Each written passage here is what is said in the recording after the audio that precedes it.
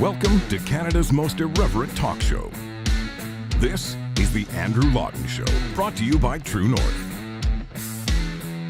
Pretty much the only way to refer to it here. It is a power grab by the World Health Organization. Last week or 2 weeks ago, it might have been, the World Health Assembly was, as the name suggests, assembled in Geneva, Switzerland, and they were talking about all these sorts of things that on the surface sound nice. They sound good. They sound like the sorts of things that we are all going to get behind. They want to just facilitate movement around the world. Well, that's good. Who doesn't like traveling? They want to talk about all of the ins and outs of making life better or better protecting citizens.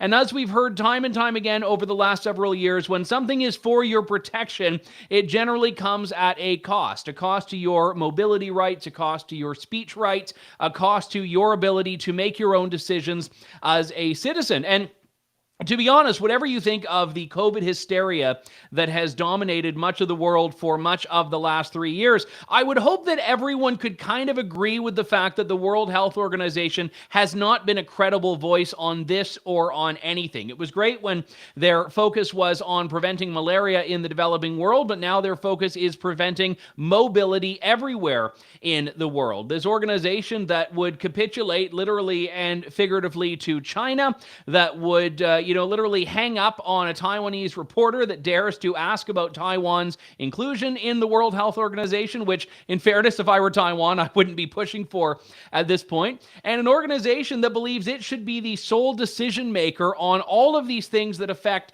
the individual decisions that should belong to individual people. But increasingly, we have governments that are abdicating their obligation to their citizens, and I would say their national sovereignty, to the World Health Organization. So it's been curious that as the global leaders were talking all about this stuff in Geneva, there was very little mainstream media attention. There was very little attention at all. I should say, first and foremost, I had been looking into going to Geneva to cover it myself, but when I looked at the agenda for the meetings and I looked at the documents, a lot of the stuff that people were interested in wasn't appearing there. There wasn't a lot of talk on the agenda about the global pandemic treaty that's coming into force next year, hopefully. There wasn't a lot of discussion about global vaccine passports, but the joke was on me because all of these things were discussed. They just didn't want to draw attention to them. Well, I'm glad that one woman who was there to shine a light on this is with us today. Michelle Bachmann, former U.S. Congresswoman, former Republican presidential candidate, and now the Dean of the School of Government at Regent University, joins me. She was in the belly of the beast. And more importantly, she's also my cruise mate on the Mark Stein cruises last couple of years. And we're going to be sailing again in a few weeks' time. Michelle, it is great to talk to you. Thanks for coming on today. So good to be with you, Andrew. Thanks for having me on today. So let's just start with why you went there, because I would imagine that you were probably not a popular voice there as someone who is speaking out against a lot of the very things that these people have been pushing for with, sadly, a fair bit of success the last few years. Well, I wanted to go because of how consequential this meeting is. These kind of meetings drive me crazy. I have no interest in being in meetings, gobbledygook, let's have a bigger and better bureaucracy. But this is more than just changing a bureaucracy of the subset of the United Nations dealing with healthcare. That's what this is. The United Nations healthcare arm is called the World Health Organization. They've always been an advisory only body. And so countries had the ability to just reject whatever they said or adopt it if they thought this was a good thing. And it was a fairly inconsequential organization. You can see the good altruistic purpose for it. If there's an area in the world that needs help, nations of the world can band together to try and help that area. That's all good. But now this is a malevolent plan to take the World Health Organization and supercharge it to the global surveillance system, the global tracking system, the global tracing system of all people on Earth. And we had that not only in Geneva, but an announcement was made yesterday, Andrew, from the European Commission, basically in Brussels and the European Union, they made an announcement together with the World Health Organization that the World Health Organization would adopt the global digital passports that have been created in Brussels for the use of the 80 nations and the European Union. But now the World Health Organization is going to take that example of a global digital passport where everyone has a digital ID on their phone and they've got a QR code, and then will be tracked and traced by all of that.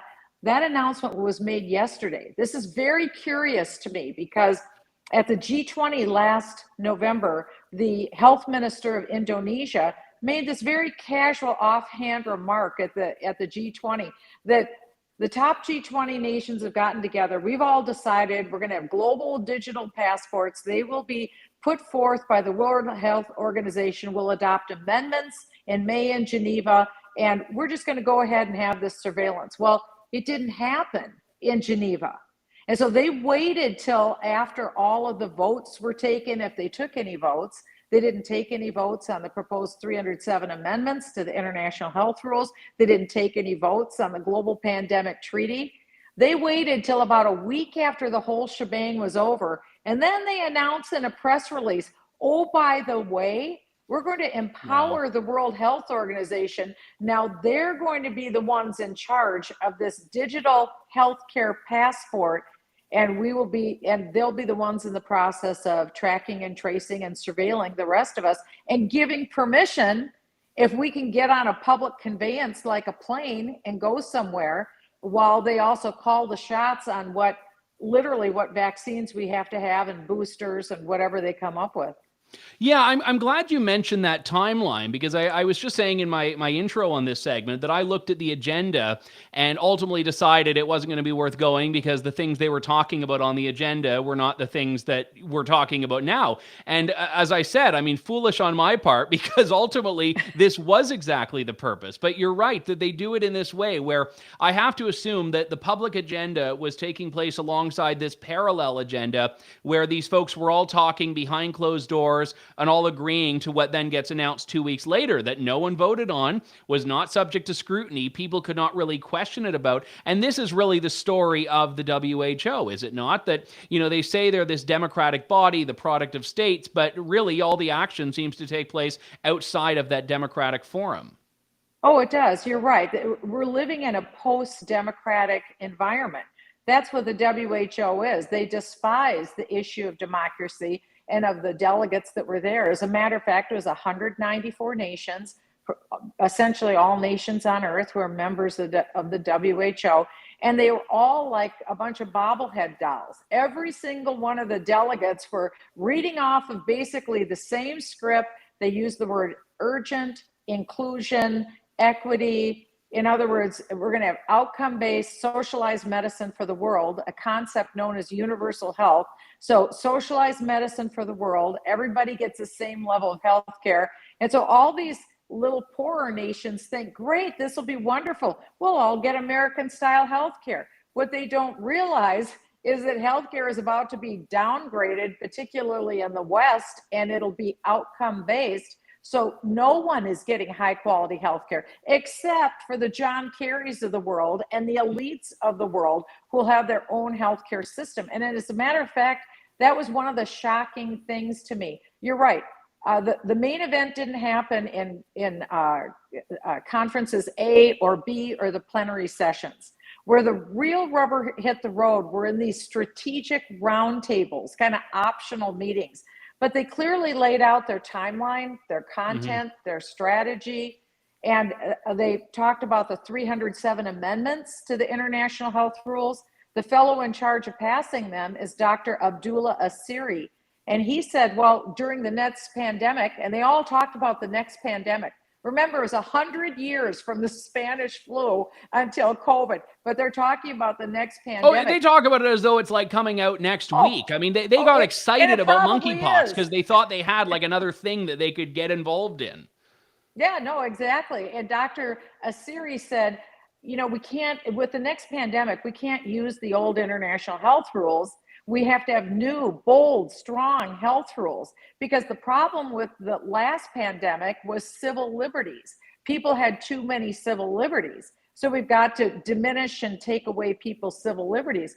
You can find this, you can go to who.int, click on 76 World Health Assembly, and then look at the strategic roundtables, the very first one on Monday, and you too can hear Dr. Asiri say the problem is too many civil liberties, and we got to get rid of them. One of the amendments does just that. They scratch out the words in the international health rules, human freedom, human dignity, protection of civil liberties. That's gone. This is a post-democratic world.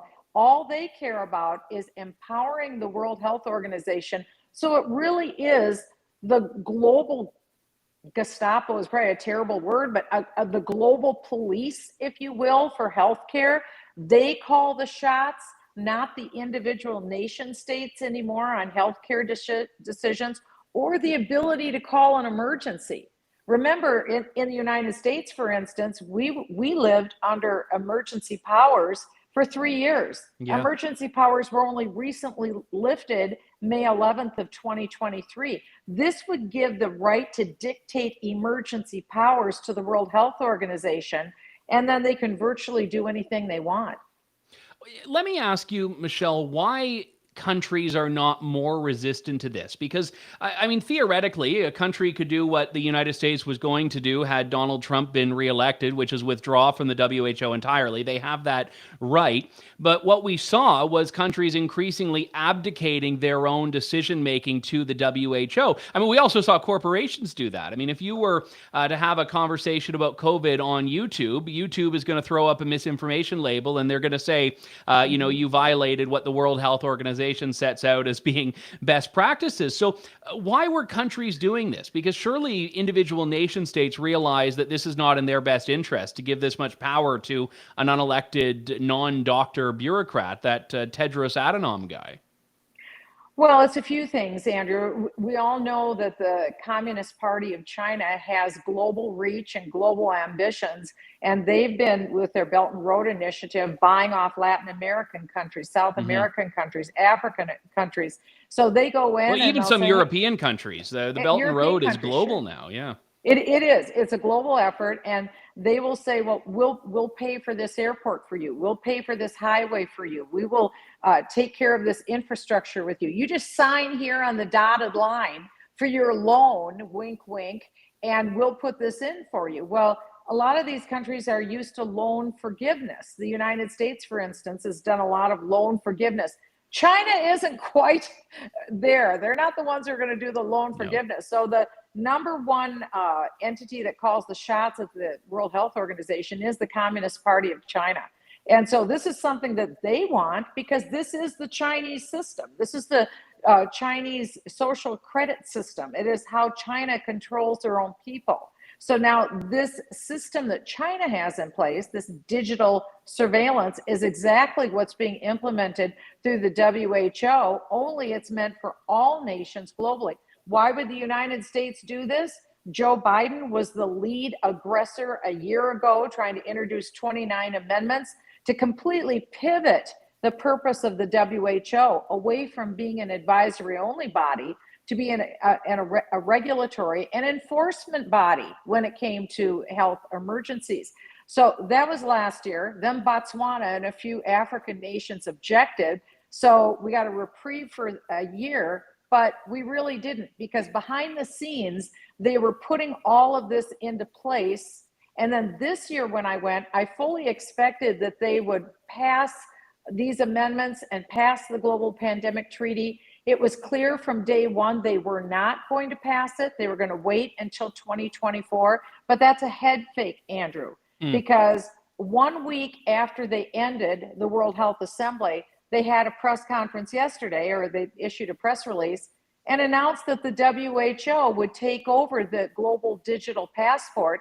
And that's really all you need for effectively global governance or global surveillance, because if the WHO controls the terms and the enforcement, they really are creating a platform for global governance. And they're doing it through the global digital passport, because you're not traveling, you're not getting on a plane, You're not able to do things you were used to doing unless your QR code is up to date and approved by the WHO.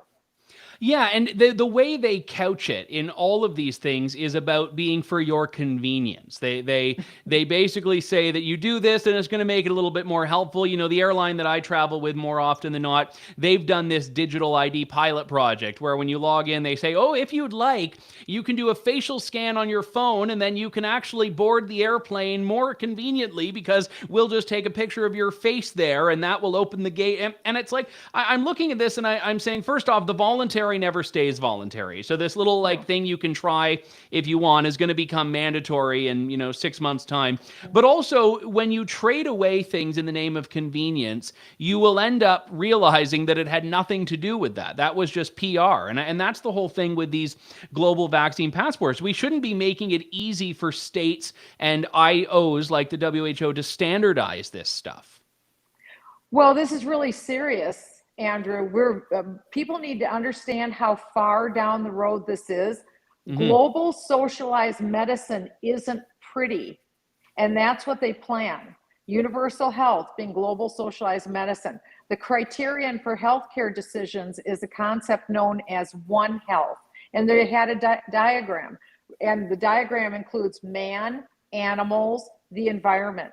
And so when you look into it, the healthcare criterion is man is worth no more, is no more valuable than an animal. Man is no more valuable than a lump of dirt. So it's essentially man equals a cockroach, each equals a lump of dirt.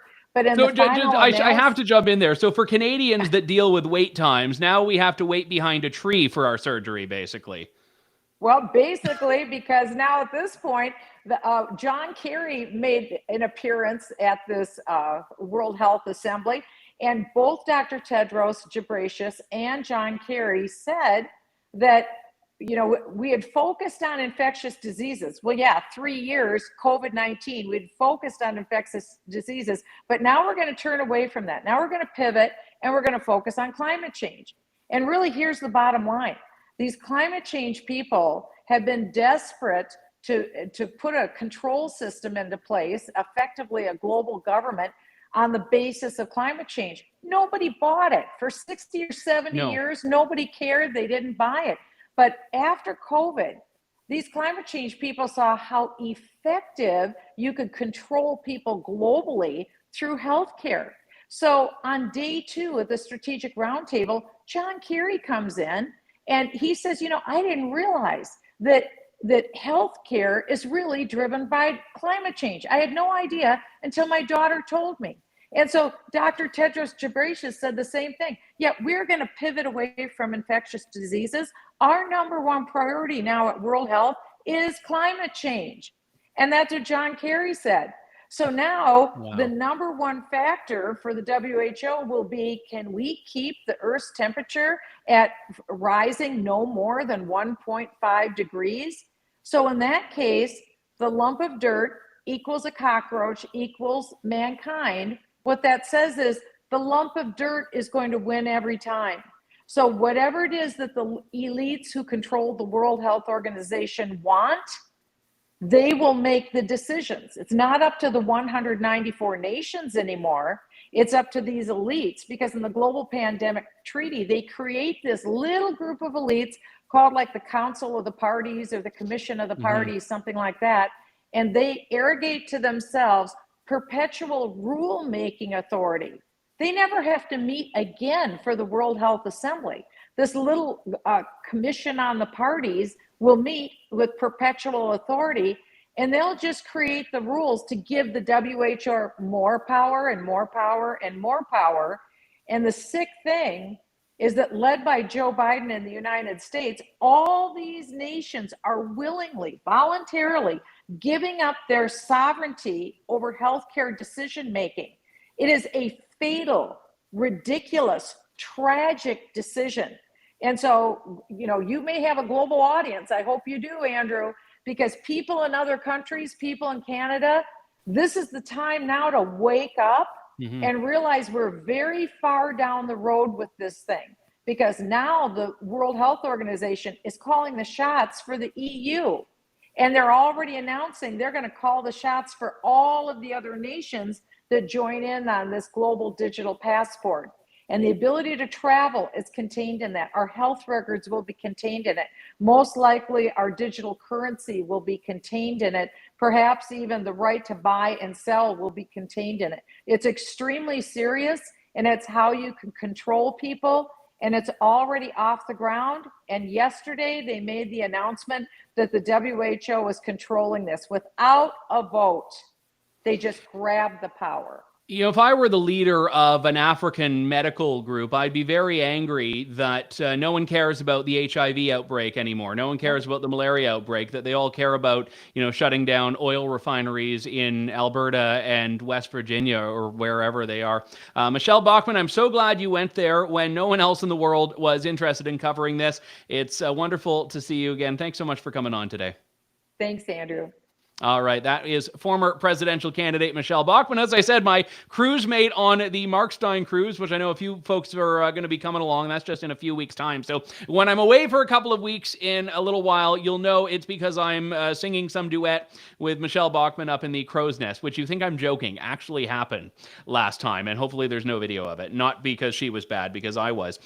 We are going to talk about this a little bit more. And I think in the context that we were talking about with climate there, it is a perfect segue into this other discussion. We know that Canada has committed itself, as have many countries around the world, to this idea of net zero, which means we are supposedly going to get down to net zero in our carbon emissions by, the number keeps changing, 2035, 2030. I think it's supposed to be next week or something. If you give them enough time, they just keep moving it closer and closer. And the way we get there is always the key. It's one thing to just set a target and set a date on a calendar and say net zero by X time on X day of X year. It's another thing when you talk about what that actually means on the ground. And we see no shortage of quite radical proposals put forward in the name of achieving net zero. And most of them end up coming down to that idea of a just transition, of just transitioning our economy away from one that involves oil and gas without any real alternative proposed. Well, one that we have talked about, which has been proposed by folks in the oil and gas sector, is this idea of carbon capture. Now, I am not going to insult you by describing probably poorly the scientific basis of it, but carbon capture is essentially this idea of not ceasing the production of things that result in carbon emissions, but rather finding ways to harness and capture those carbon emissions, and doing so in a way that they still contribute to the overall goal of reducing emissions. So let's talk about this in a bit of context, because there is a little bit of criticism of carbon capture, and some of it was put forward in a recent piece that was co-authored by a gentleman who joins me now, Dr. Kenneth Green, who is a senior fellow at the Fraser Institute. Kenneth, good to talk to you. Thanks for coming on today. Good to be with you. Now, I admit, not being a scientist, I've bought into some of the hype on carbon capture, because it's kind of proposed by conservative politicians, by people in the oil and gas sector, as being this market-friendly way of achieving the government's goals, which, if you accept the goals, or at the very least are not optimistic that those goals are going anywhere, it's a better alternative than, say, just outlawing the industry, which is, I think, where a lot of the activists want. But you're a bit of a skeptic. Yes, I am. And I'd love to get back to the other topic you were talking about, which is all the environmental measures that are coming on have the same pattern of implementation, that you can actually understand them by looking at how they're implemented rather than what they're supposed to do. But back on carbon capture and storage, I am a skeptic of this. I view it as, and I discuss it as, a fig leaf that's appealing to many, many people. First of all, there is a little grain of truth, a nugget of truth in there, which is oil companies have been using the idea of taking carbon dioxide, re-injecting it into old wells and old fields to push up more oil and gas. They've been doing that. That's carbon storage part. They've been doing that for decades, and it works well. And so there's a small reality there, which is somebody can say, look, they've taken many, many tons of CO2 and put it into the ground, and it stays there, and so it's technologically feasible. But it's a fig leaf, because really it's not feasible to capture carbon dioxide emissions from power plants or from agriculture or from any other source, capture them, bind them chemically, store them somewhere underground at any kind of scale that would have any impact at all on global greenhouse gas emissions or air concentrations or warming or anything else. And so, but it's a fig leaf because governments, as you said, right, when conservative governments get to say, we have an alternative to your socialist net zero 2050 plan, right, which is technology made by good old-fashioned private Canadian companies. Carbon capture and storage is one of those things. So they love it because it's a good fig leaf for them. The industry loves it because they get to say, even though they know they really can't reduce emissions very much anymore by efficiencies, they've plumbed the depths of how efficient they can be, and they're way efficient, right? But they've hit the limits on that. So it's a fig leaf for them to say, we listen, we get it, we hear it. You don't want us emitting carbon dioxide in the air, so we'll do this carbon capture and storage thing. So now let us keep operating. Let us stay in business, right? So they like it. The environmentalist groups like it because it's a fig leaf for them that when they get to a negotiation where companies are saying and have proven that a proposed environmental plan is completely unaffordable and they'll simply have to go out of business, the environmentalists can say, we'll give you this little loophole of you can pretend that carbon capture and storage is going to work and that we're going to actually let you go ahead and do it so that you can to take away your ability to claim that you're going out of business. But they really never have any intention of allowing the kind of environmental disruption it would take to do carbon capture and storage. So it's sort of a universal fig leaf. Everybody loves it, but nobody believes it's actually going to happen. There's with good reason, it's never going to happen. Now, does your skepticism extend to kind of related phenomena like carbon recycling, these other things that we also hear about as being ways to just reduce the carbon in the atmosphere without reducing it at source? Well, yes. I mean, it's. I wouldn't call it skepticism. It's in this case, it's really simply an understanding of physics, right? Carbon dioxide. The best way to understand carbon dioxide, which you breathe out every time you exhale, is it's a waste gas. That means there's no energy inherent in it. It's a stable chemical that really has no energy inherent in it that you can exploit. So to do anything with it, you have to pump energy in to trap it, to bind it, to split it apart in order to do anything with it. And that means the very idea that you're going to somehow use that to reduce your energy production is silly, right? You're actually going to have to pump more energy in to bind CO2 than to leave it alone. And so, yeah, I'm generally skeptical of anything that claims to be taking CO2 and making anything useful out of it, because it is essentially a planetary waste which has no energy potential for exploiting, is mostly inert. It's chemically inert. Yeah, I'm generally dubious, not to say skeptical, I'm scientifically and engineering dubious of those kind of claims. So what would be a better policy then, if I can just put you on the spot there? Or is it basically challenging the premise that we need to go after it this way in the first place? Well, I think so. A better policy, that's a big question, Andrew. I hope we got a couple of hours, but a better policy. I think a better policy is moving our focus away from controlling the global thermostat by indirect control of gas emissions we can barely measure well, much less control, that being greenhouse gases and CO2. And we should shift our focus to asking if the climate is warming or cooling or is more variable than we ever thought it was, which we know. How can we make ourselves as societies more adaptive, more resilient, and better able to deal with whatever climate future eventuates, right? It happens to us. And we can do a lot of that with conventional engineering, conventional economics. We don't have to be invoking speculative technologies to do that. Sea level rise, countries, the Netherlands and others have dealt with rising sea levels and sea levels above their land decades and centuries. The Romans dealt with moving massive amounts of water from areas that had water to areas that didn't have water. So we can deal with drought. We can move things around.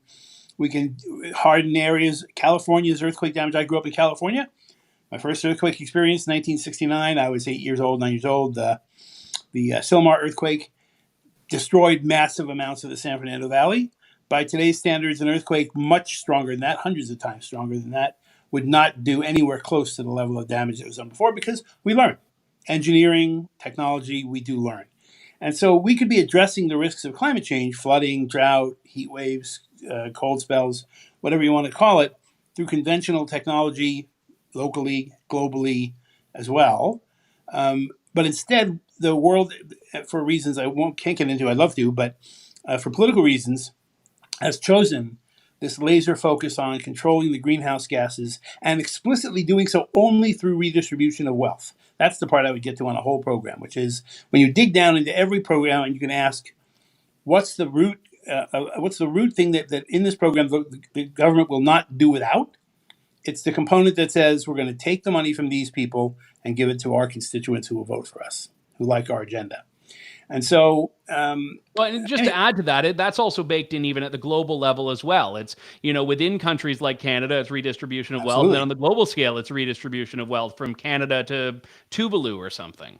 Well, it has been since the United Nations Framework Convention on Climate Change. The very first treaty ever signed created the principle that developed countries would go first, and that developed countries would fund the transition for the developing countries by giving being the operative term, technologies and money, massive wealth transfers, in order for them to build out their energy systems and things without producing greenhouse gas emissions.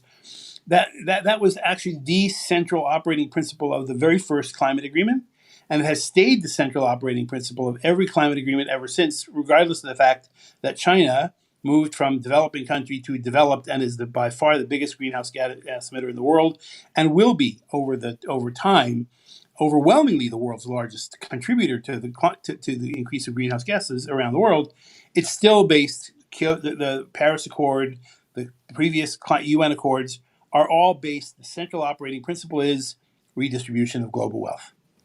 There is an aspect to this that you touched on a couple of answers ago about the difficulty in even measuring objectively and accurately emissions. And I think also global temperature is one I've seen some criticism about. So, we pin so much on those two metrics, the idea of, global temperature. Right now, we've, got to get to no more than 1.5 degrees Celsius above pre-industrial levels is the goal. But measuring global temperature is not as ironclad and objective as the UN likes to say, and nor is the measurement of emissions. No, and funny you should mention that, but we have a study coming out at the Fraser Institute in the next couple of weeks to a month. I'm excited. comparing whether we should be using measurements of the climate or computer models of the climate in order to make our decisions about what policies to implement with regard to climate change. So you can look for that, Fraser Institute, www.fraserinstitute.com. Now they'll love me even more, which is good. And but back to your question, I mean, yes, measurement of climate is a problem that you can't just stick a thermometer into the atmosphere and wave it around to get the temperature of the Earth any more than you could get the actual temperature of a room you're in. If you think about the room you're in, right, it's warmer toward the ceiling, it's colder toward the floor, near the air conditioning vents, it's colder still. Over by the window, it's warm. How would you compute just the temperature of your room? Well, it'd be a huge exercise dividing your room into little squares, taking in that temperature at the center of each square, doing a spatial average, and try to do that for the globe. So yes, humility is definitely required in asking the question, can we know the Earth's average temperature of the atmosphere, the average temperature of the Earth's atmosphere?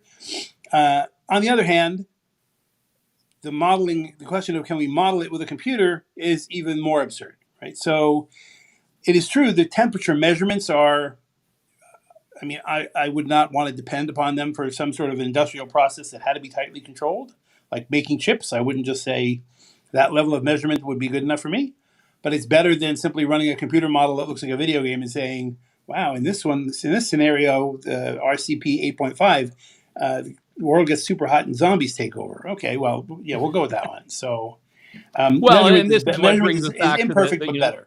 The famous hockey stick graph, which I think was it Paul Martin that mailed out a copy to like every Canadian household, and it's been the subject of vociferous debate and even litigation on that. But again, I mean, we've seen, to go back to the COVID question, the perils of modeling, which what you get out of it is no better, and in some cases worse than what you put into it. And I'm even more glad you mentioned that, because I have a book out called The Plague of Models. That's by me, Kenneth P. Green.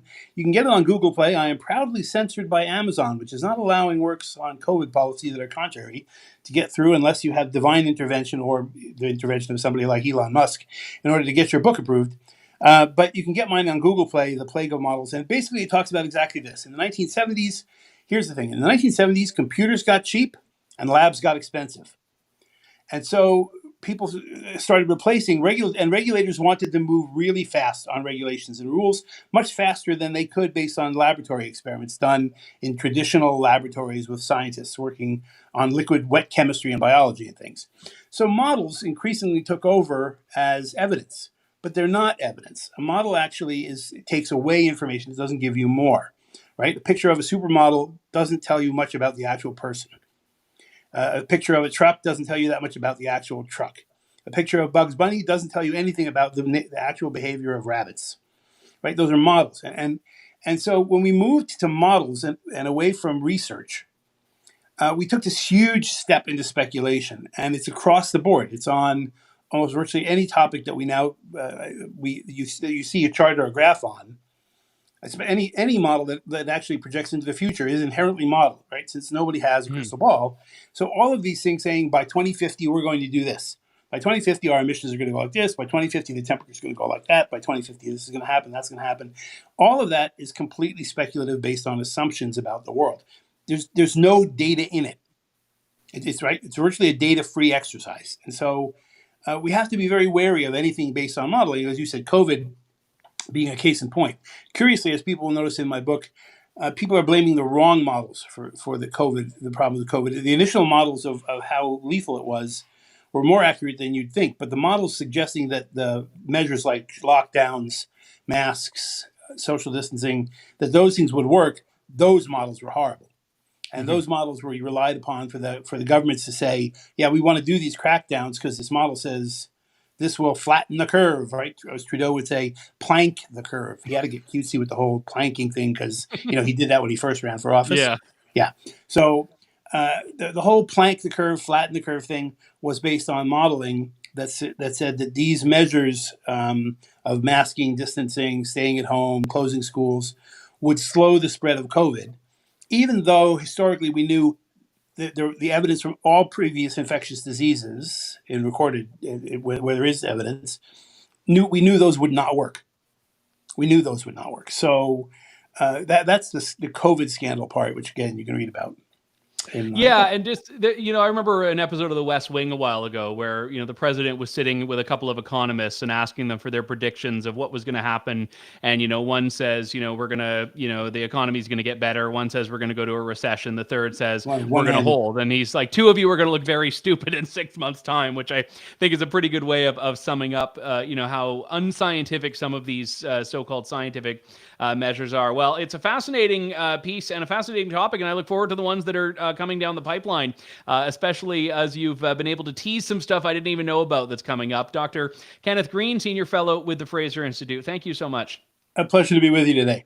All right. Thanks very much. I didn't realize when I started off on the show today that there would be such continuity from the first topic to the second topic. But as we were discussing with Michelle and then with Kenneth, the reality is the COVID playbook is now becoming the climate playbook. And one of the things, I should have brought this up with Michelle, in the U.S. and specifically its military history for the last, 30 years or so, you hear this term mission creep, which is basically when the mission just creeps from its stated objective to something else over time.